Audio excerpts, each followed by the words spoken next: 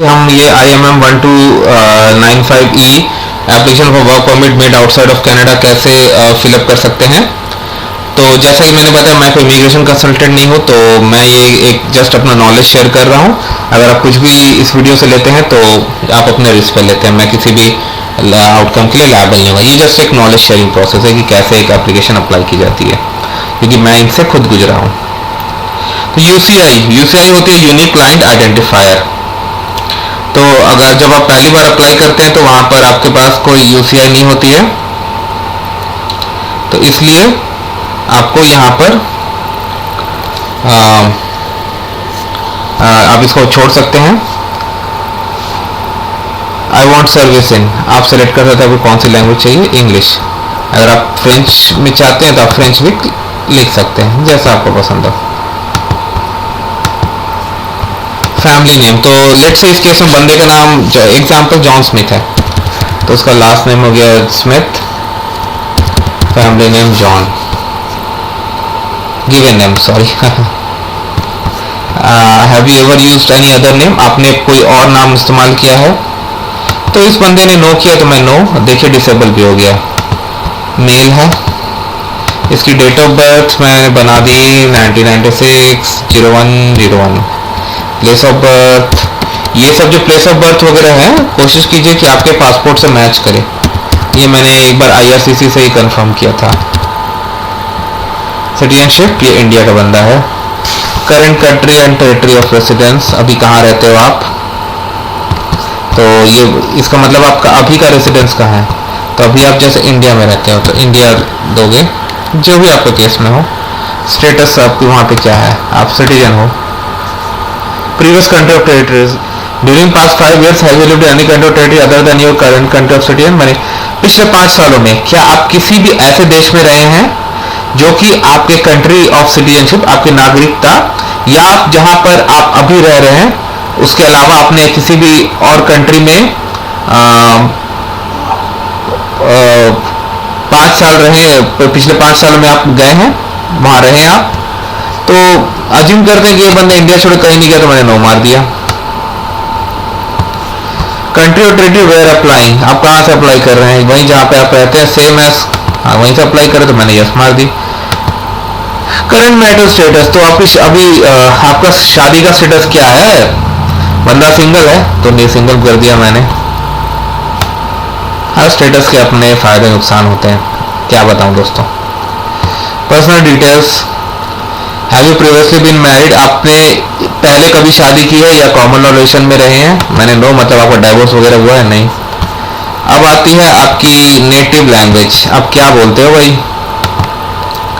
तो अज्यूम करते हैं कि ये बंदा इंडिया से आया तो हिंदी, सारी लैंग्वेज रखता है यहाँ पर है। आप इंग्लिश और फ्रेंच में कम्युनिकेट कर सकते हैं, इंग्लिश में लेट से करते हैं। आपने कोई टेस्ट लिया डेजिग्नेटेड टेस्टिंग ऐसे जैसे आइल्ट से, तो उसने नहीं लिया है, नो। अब भाई पासपोर्ट डिटेल, अपने पासपोर्ट का नंबर तो देना ही पड़ता, मैं एक सैंपल नंबर क्रिएट करता हूँ।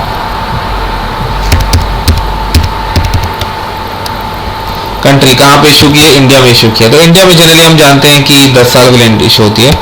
तो अज्यूम करते हैं कि लेट से इसको जनवरी 10 को हुई है, तो टिपिकल इंडियन पासपोर्ट जैसे आपको पता है कि 10 साल के लिए वैलिड होते हैं, तो मैं यहाँ पे करके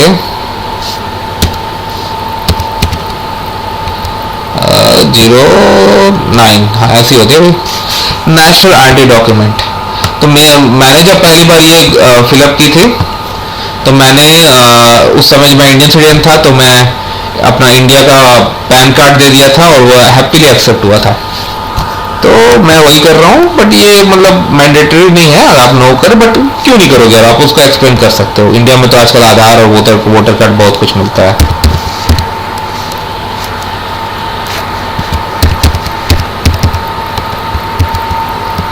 कंट्री इंडिया, सबसे बड़ी बात है इसमें इश्यू डेट और एक्सपायरी डेट मैंडेटरी नहीं है, तो आप उसको छोड़ के आराम से आगे बढ़ सकते हो। Are you lawful permanent resident of US, मतलब आपके पास कोई ग्रीन कार्ड है यूएस का, नहीं है, नहीं, अच्छा। अब आपके कॉन्टैक्ट एड्रेस, मेलिंग एड्रेस, तो अज्यूम करते हैं कि एक सैंपल एड्रेस मैं क्रिएट कर रहा हूँ, वो मुझे नहीं पता वो एग्जिस्ट करता है कि नहीं। 11 न्यू दिल्ली स्ट्रीट। ऐसा है क्या? कोई दिल्ली वाले लोग बताते वहीं कि ऐसा कोई है कि नहीं, मुझे तो नहीं पता। अगर आप लोग पता है तो मुझे बताइएगा जरूर। न्यू दिल्ली में है तो न्यू दिल्ली लिख दिया मैंने। कंट्री इंडिया में है, प्रोविंस नहीं पता। इंडिया में तो स्टेट होता है, वैसे जैसे इंडिया में हमारा वो ऑप्शन डिसेबल है तो लिख नहीं सकते।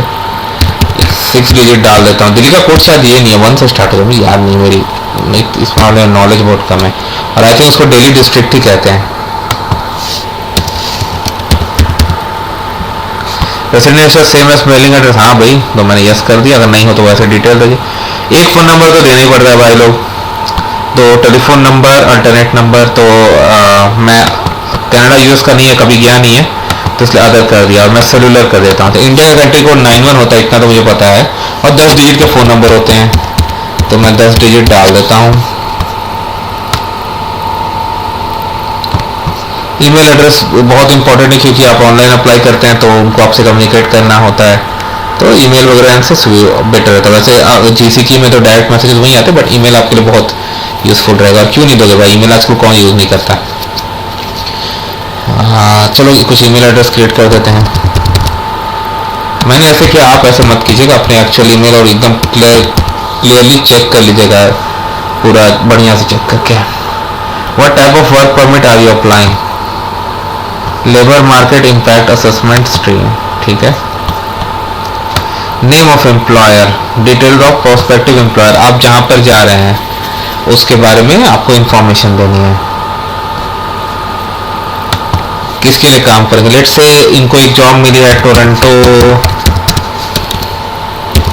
आईटी कंपनी, ऐसी है क्या कंपनी, मुझे तो नहीं पता। कंप्लीट एड्रेस, चलो इसको भी एक सैम्पल एड्रेस बना दूँ। ये तो मुझे लगता है शायद ही कहीं है।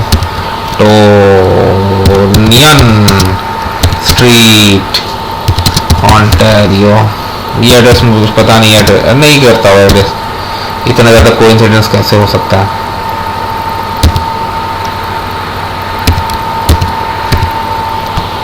Okay, intended location of employment in Canada, जब ये अच्छा ये एम्प्लॉयर का एड्रेस है जहाँ पर जिसने आपको जॉब दी है। अब ऐसा हो सकता है कि आपका एम्प्लॉयमेंट लोकेशन दूसरा, जैसे मान लीजिए आपको आईटी कंपनीज क्या करती है ऑन साइट प्रोजेक्ट्स वगैरह में, आपको क्लाइंट के एड्रेस पे काम करवाती है, तो उस हिसाब से आपको देना पड़ता है। मैंने तो ऑन्टेरियो सेलेक्ट किया, तो ऑन्टेरियो के सिटीज़ आ रहे हैं। तो लेट से ये इसी ऑफिस से काम करेगा, जैसा आप बोलिए, सो इसलिए मैंने वही एड्रेस यूज़ कर लिया।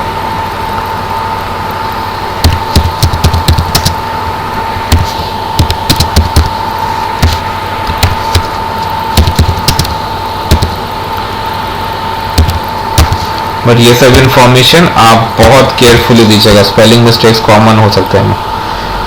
माई ऑक्यूपेशन कनाडा विल बी, चलिए इसको सॉफ्टवेयर इंजीनियर बना देते हैं, ठीक है ना। ड्यूटीज तो आपने ड्यूटीज डाल दीजिएगा, मैं थोड़ा भी जल्दी में तो ऐसा, बट आप इस तरह की चीज़ें ना ही करें तो बेहतर है। एक्सपेक्टेड एम्प्लॉयमेंट, तो सपोज कीजिए इसको जॉब ऑफर मिली है, अभी हम लोग सितंबर में है ना, सपोज कीजिए इसको दिसंबर से मिली है जॉब, 2021 01 नहीं मंथ, वो 01 का सॉरी मंथ 12 अब है मंथ पहले डेट बाद में, और इसको है 2023 11/30 LMIA नंबर। चलो मैं एक नंबर डाल देता हूँ ऐसे,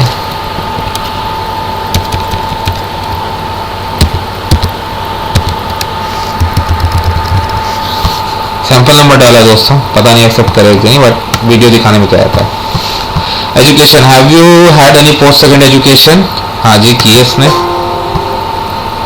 और LMIA में जॉब बढ़ क्या, must be greater than equal to 6 and less than equal to, अच्छा हाँ 8 डिजिट से कम होने चाहिए। तो मैंने कितने डाले हैं, मतलब कुछ ज़्यादा डाल दिया। देखते हैं इस बार एक्सेप्ट करता है कि नहीं। कर लिया, बधाई हो।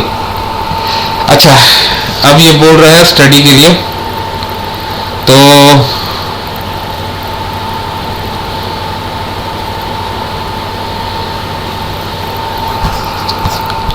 तो आगे बढ़ते हैं दोस्तों। तो जैसा कि हमने अज्यूम किया था कि 96 का बर्थ था बच्चे का, तो इंडिया में क्या होता है 10 जनरली 10 + 2 + 4 ऐसे होती है। तो जनरली 18 ईयर्स में लोग इंटर करते हैं तो कॉलेज। तो अगर 96 का बंदा है और 18 ईयर्स में उसने इंटर किया है तो 2014 में पढ़ा होगा कभी ये। अच्छा पढ़ाकू बच्चा था। जून 2018 गड़बड़ हो गई, अब नहीं 05 ठीक है। Field and level of study, so मैं इसको देखता हूँ मैं पूरा लिख पाता हूँ नहीं। Bachelors of technology in IT युवा हो गया। चलो इसको लिख देता हूँ मैं दिल्ली IT कॉलेज। ऐसा कोई है क्या दिल्ली वाले, प्लीज़ बताओ यार मेरे को। City town new Delhi country India. Employment, तो अज्यूम करते हैं कि कॉलेज छूटने के बाद से बच्चा अच्छा सा प्लेसमेंट हो गया और पढ़ने जॉब हो गई। Give the details of your employment past 10 years, अपने पिछले 10 साल के एम्प्लॉयमेंट का इंफॉर्मेशन दीजिए, including if you have held any government position such as civil servant, जज, police officer, mayor, member of parliament, administrator. तो आपको यहाँ पर देना पड़ेगा उस हिसाब से। तो लेट्स से इन्होंने अभी जो जॉब कर रहे हैं वही है। तो 2018 इन्होंने मई में छोड़ा, फिर जून में पकड़ लिया और ये अभी भी कर ही रहे क्योंकि जो कनाडा की इसकी जॉब है वो तो ऑफर की गई है, अक्सर मैंने स्टार्ट तो नहीं है। फिर इंजीनियर कंपनी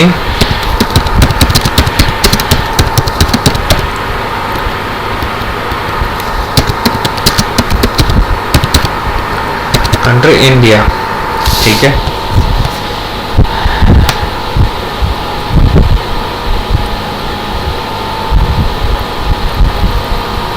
और इट सीम्स फॉर्म में थोड़े चेंजेस हैं, पहले पूरी एक्टिविटी मांगते थे 10 साल की, तो आप इसको वेरीफाई कर सकते हो। ये मैं आपको दिखा रहा हूँ ऑफिशियल गाइड से कि आप उस क्वेश्चन में क्या लिख सकते हो। तो क्लियर है, मैं कोई इसमें प्रॉब्लम है नहीं जो हमने फिलअप किया। ये पहले सारी एक्टिविटीज मांगता था बट अभी करंट एक्टिविटी और जॉब ही मांग रहा है, और प्रीवियस एक्टिविटी ऑफ जॉब। अगर आप रिटायर्ड हो गए तो उसको लिखो, और नॉट वर्किंग वो भी लिख सकते हो। बट एक मिनट थोड़ा अच्छे से पढ़ते हैं। Give details about your current activity और जॉब, डेट्स, और ये एम्प्लॉयमेंट वाले क्वेश्चन के लिए गोइंग टू स्कूल एक्सेट्रा। तो इसका मतलब activity or job, previous activity or job for past 10 years if you are retired into the dates about 10 years before। तो ये going to school वाले उसमें भी लिखेंगे, मतलब बेसिकली एम्प्लॉयमेंट लिखा हुआ है, लेकिन आप देख लो एम्प्लॉयमेंट लिखा हुआ है लेकिन ये हर तरह का चीज मांग रहा है, तो इसीलिए मैंने लगा कि वर्डिंग्स थोड़े चेंज हुए लेकिन है वही। तो आपको उस हिसाब से डिटेल्स यहाँ पे लिखनी पड़ेंगी। आगे चलते हैं, मैंने छोड़ दिया बट आपको लिखनी पड़ेंगे। हाँ, अब आ गया आपका हेल्थ बैकग्राउंड, हेल्थ वगैरह। पास्ट 2 इयर्स आपको या आपके किसी परिवार को ट्यूबरकुलोसिस हुआ है, या आप किसी ऐसे पर्सन के टच पे रहे जो क्लोज कॉन्टैक्ट रहे जिसको ट्यूबरकुलोसिस, इस केस में मैंने नो। वैसे मेडिकल एग्जाम उन लोग करते ही हैं। या वही फिजिकल और मेंटल डिसऑर्डर जो रिक्वायर, जिसको भी सोशल और health services other than medication लगेगी, तो मैंने नो कर दिया। अगर आपने यस किया तो आप इसको डिस्क्राइब कीजिए। Have you ever remained beyond the validity of your status, attended school without authorization, worked without authorization in Canada? मतलब आपने कनाडा में बिना वीज़ा के, बिना ऑथराइजेशन के स्टडी, पढ़ाई, काम ये सब पहले किया है? तो ये तो बंदा गया ही नहीं, तो नो कर दिया। Have you ever been refused visa permit, denied entry or order to leave Canada or any other country? आपको किसी भी कंट्री का वीज़ा या परमिट रिफ्यूज़ हुआ है, एंट्री डिनाई की गई है, या आपको ऑर्डर दिया गया कि आप भाई मेरे देश छोड़ो, देश निकाला हुआ है आपके साथ, इसलिए तो अपने देश छोड़ो किसी देश में गया है नहीं तो उसको नो मार देते हैं। Have you previously apply to enter remain in Canada? आपने किया है पहले अप्लाई? अगर किया है तो यस कीजिए, नहीं तो नो कीजिए। ये पहली बार कर रहे हैं इसलिए नो किया है, क्योंकि अगर आपने पहले किया तो आपके पास एक UCI होता है, यूनिक आइडेंटिफायर। अच्छा, आप क्रिमिनलिटी पर आ रहे हैं questions. Have you ever committed been arrested for being charged with or convicted of any criminal offence in any country or territory? तो इसने नहीं किया, इसने नो लिखा। आपने किसी military, militia, civil defence or security organisation, police force आपने मैंने क्या, मतलब बेसिकली वो देख रहे कि आपको हथियार चलाना ये सब आता है कि नहीं। मुझे तो नहीं आता, एक ही हथियार आती है, अपने हाथ चलाओ अगर जरूरत पड़े, वो भी मैंने अच्छी जिंदगी में कम ही चलाए हैं, ऑनेस्टली बताता हूँ। Have you ever been a member of any political, आप किसी पॉलिटिकल पार्टी के मेंबर रहे या किसी ऐसे ऑर्गेनाइजेशन के जो कि इंगेज होते हैं या सपोर्ट करते हैं वायलेंस, जो कि किसी पॉलिटिकल या रिलीजियस एक्टिविटी, मतलब कुछ ही तरह एक्सट्रीमिज्म काइंड ऑफ, और किसी भी क्रिमिनल एक्टिविटी में इन्वॉल्व बने और गैंग्स वगैरह के मेंबर हैं। और आजकल देखिए कंट्रीज के डेटाबेस शेयर्ड होते हैं, तो अगर आप ऐसा कुछ करेंगे तो आप पकड़े जाएंगे, मतलब आपने किया और आपने नो लिखा है तो आप पकड़े जा सकते हैं, और मिसरिप्रेजेंटेशन बहुत ही, उसका बहुत ज़्यादा पेनलाइज होता है। तो इसलिए केयरफुल रहिए और कुछ भी गलत इन्फॉर्मेशन मत कीजिए, हमेशा ऑनेस्ट रहिए। हैव यू एवर विटनेस्ड, आपने कभी भी ऐसा विटनेस किया हो या पार्टिसिपेट किया हो इल ट्रीटमेंट, मतलब इनह्यूमन ट्रीटमेंट ऑफ प्रिजनर्स, कैदियों या सिविलियंस, या आपने लूट, मतलब तोड़ फोड़, लूट मचाई है किसी रिलीजियस बिल्डिंग में? तो मैंने इसको नो कर दिया।